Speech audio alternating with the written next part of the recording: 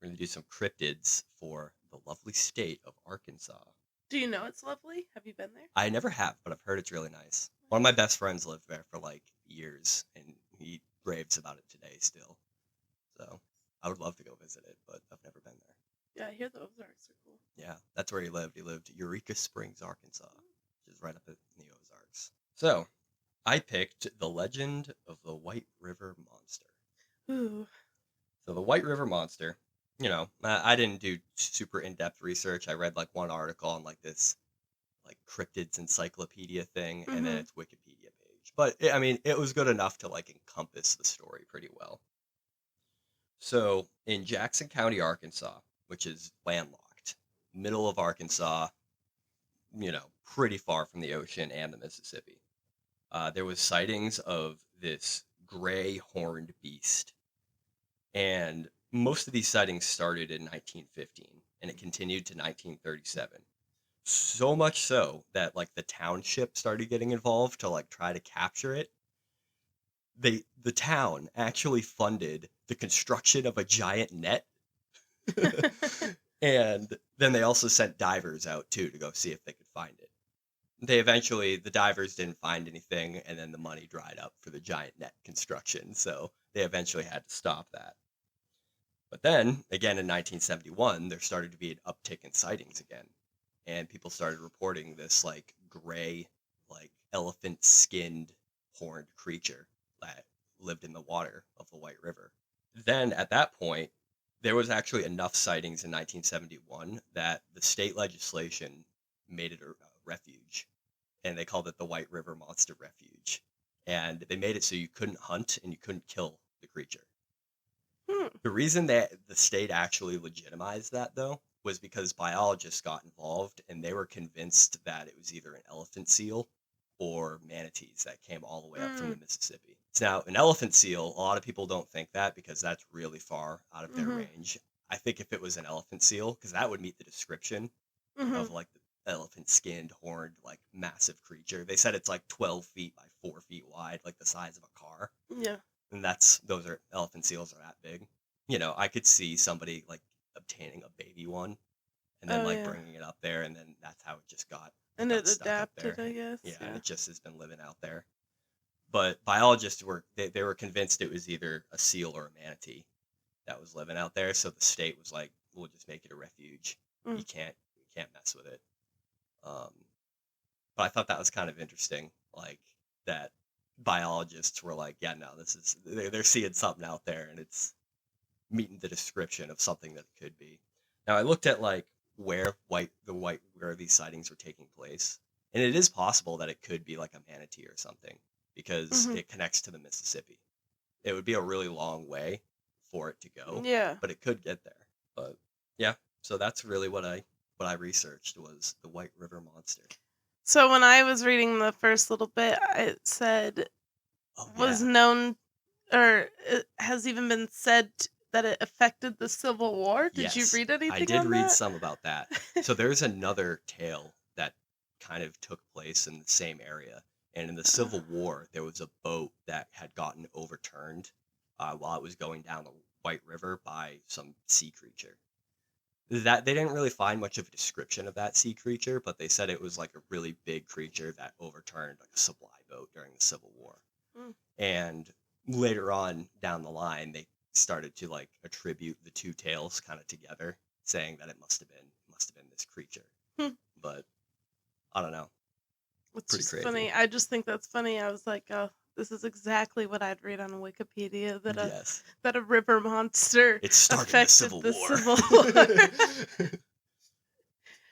So I have mine on the Ozark Howler because I think the Ozarks are cool. So I wanted to do something with the Ozark Howler. The legend of the Ozark Howler has been passed down for generations by locals who have heard things that they could not describe and have seen things that couldn't be described as an animal you would expect to find in the heart of the Ozark wilderness. It's typically described as being around the size of a bear with thick body, stocky legs, black shaggy hair, glowing red eyes, and having the horns and beard of a goat. Yep. But the description of it varies because usually people don't get a good look. What it's really known for is its cry, which has often been described as a combination of a wolf's howl and an elk's bugle. Ooh. Yeah. But skeptics, so logical people, skeptics, claim that it's an eastern cougar, a black bear, or some kind of feral hound. Oh, yeah. Yeah, skeptics, man. That's just so not. That's people who don't believe in haters. This. Haters. Sightings have officially been recorded since the 1950s, though many Ozark families can pass on stories of their grandparents or of their parents and grandparents who have experienced the chill of seeing the Ozark Howler. One of the cool things I was reading when I was researching the Ozark Howler is there's an argument asking if it's possibly a Kusith, which is a Scottish word that I am probably butchering because I didn't look it up and it has the fancy asterisks over it. But Scottish, Irish, Welsh, and English settlers homesteaded the Ozarks Plateau in the mid to late 1800s. And with them, they brought their ancestral stories and mythologies. One of these being the Kusith, which is a mythical hound that is feared as the harbinger of death. Ooh. Yeah. The settlers believed the hound would come to bear away the soul of a person to the afterlife, very similar to what we think of as a Grim Reaper. The Hellhound. Yeah. Sorry. The Hounds of Death. Oops, I skipped a whole bunch of my notes. Oh no, yeah, the Hounds of Death went by other names that I'm not going to try and pronounce, but there's also Irish and Welsh words describing very similar things. Like, all of the creatures kind of vary in description, but they're very hound-like or bear-like, and they are all known being the harbinger of death in their mythologies. But according to the Scottish legend specifically, it's described very similarly to the Ozark Howler, and is thought to make its home in the clefts of the rocks in the Highlands in Scotland. The creature was capable of hunting silently, but occasionally let out 3 terrifying bays, and only 3 that could be heard for miles by those listening for it. And that includes, like, as far as out to sea, it could be heard. Those who hear the baying must reach safety by the 3rd bay, or be overcome with terror to the point of death. There's actually a lot of cool mythology on it, on the Irish and Welsh sides too. All very similar, all around the focus that it's the harbinger of death, like your time has come. Mm-hmm. But I just thought that was cool because when I first started looking at the Ozark Howler, I was like, and then it dives into some Scottish and Welsh and Irish mythology, and I'm like, oh, that actually sounds really cool. Yeah, like, because everybody has their mythologies and their own stories, but why wouldn't your ancestral beliefs follow you even if you migrated over to the United States? Oh yeah. Haters. So is it the haters Ozark? Want to see them fall.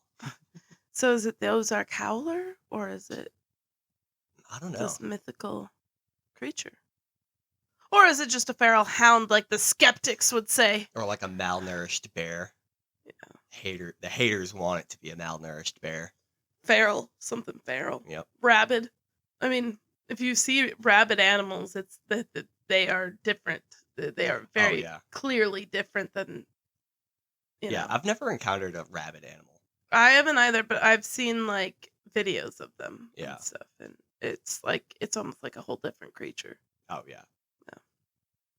Imagine it, like, if rabies was like they didn't have a cure for that, and that was like still a thing we had to deal with today. You're just making me think of The Office. A cure for rabies? Oh yeah. Yeah. Race for the. He hires a nurse to hand out the big check, and it's the stripper. Yeah. And he thinks she turned her life around, but she's still a stripper, just dressed as a nurse. Oh, that show's so. That's a classic show. But yeah, that is Arkansas. Arkansas. Their short little cryptid one. Went through that one kind of quickly. Yeah. Yeah, that'll be a short one.